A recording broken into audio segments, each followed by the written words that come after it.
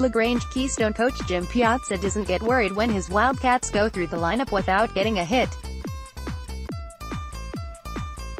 Even though there isn't success at the plate, there is information being gained, and Piazza knows that data will be useful later in the game.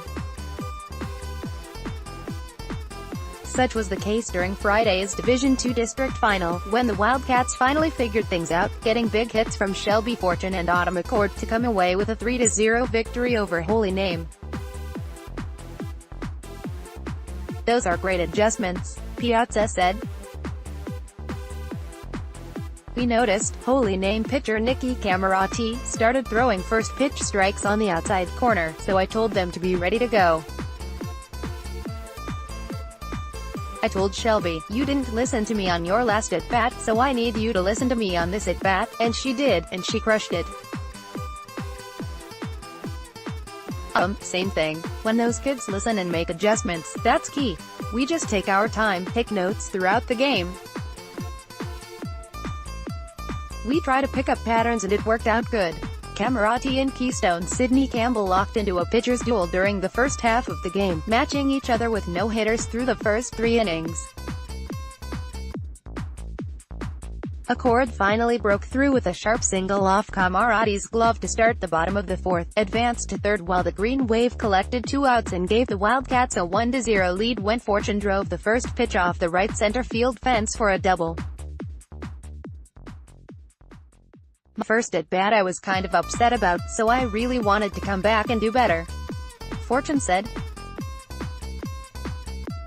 "So I just picked my pitch, the one I liked, and I just took it where it needed to go."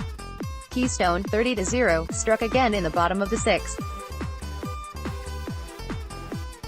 Betty Harrington drove the first pitch of the inning over the left fielder's head for a double, then Acord sent a 2-1 pitch well beyond the center field wall.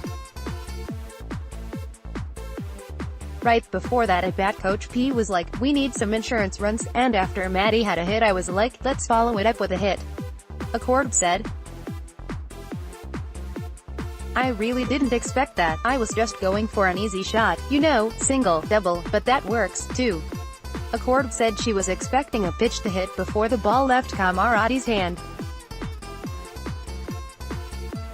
"When she started moving, I was like, it's going to be a strike, I'm going to go for it," she said.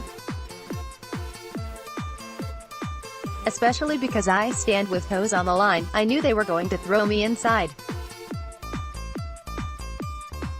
I was like, you can throw me inside but it's not going to work. That's my go-to attack." While the offense started clicking, Campbell made sure Holy Name didn't follow suit. She allowed just 2 hits, struck out 5 and walked none while picking up her 18th shutout of the season. "I was just trying to spin my pitches, put a lot of movement on them, put them off balance a little bit, and then I knew even if they hit it my defense had my back," Campbell said. "Even though we didn't score in the first few innings, I knew my offense was also going to have my back and they came up big. It was the 2nd straight game that Keystone took a while to get going." Wildcats didn't score until the 5th inning during a 5-0 win over Firelands in the district semifinals Thursday night. Piazza has no problem with the close games, either. Earlier in the year with that Amherst game, against Groveport Madison in Myrtle Beach, and it was a close game, that's when the Wildcats players felt like, "Hey, no matter what happens, we're going to come out on top," he said. "That's been their attitude the whole time. It's going to get tougher as we go down the road. Keeping your composure and staying within yourself, good things are going to happen to us," and they did. So now they're believers. The district title was Keystone's 32nd, a Lorain County record, and 5th straight.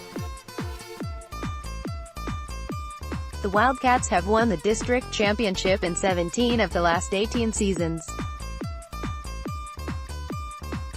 They will face the winner of Oak Harbor and Clyde, which meet in the Genoa District Final today at noon, in the regional semifinals at Tiffin University on Wednesday at 2 p.m.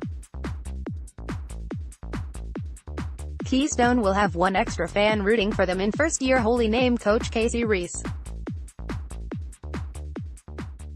"They had a great season coming in, we played really hard and Keystone's a good team," she said. "I feel blessed to have been on the field with them and I wish them luck going forward."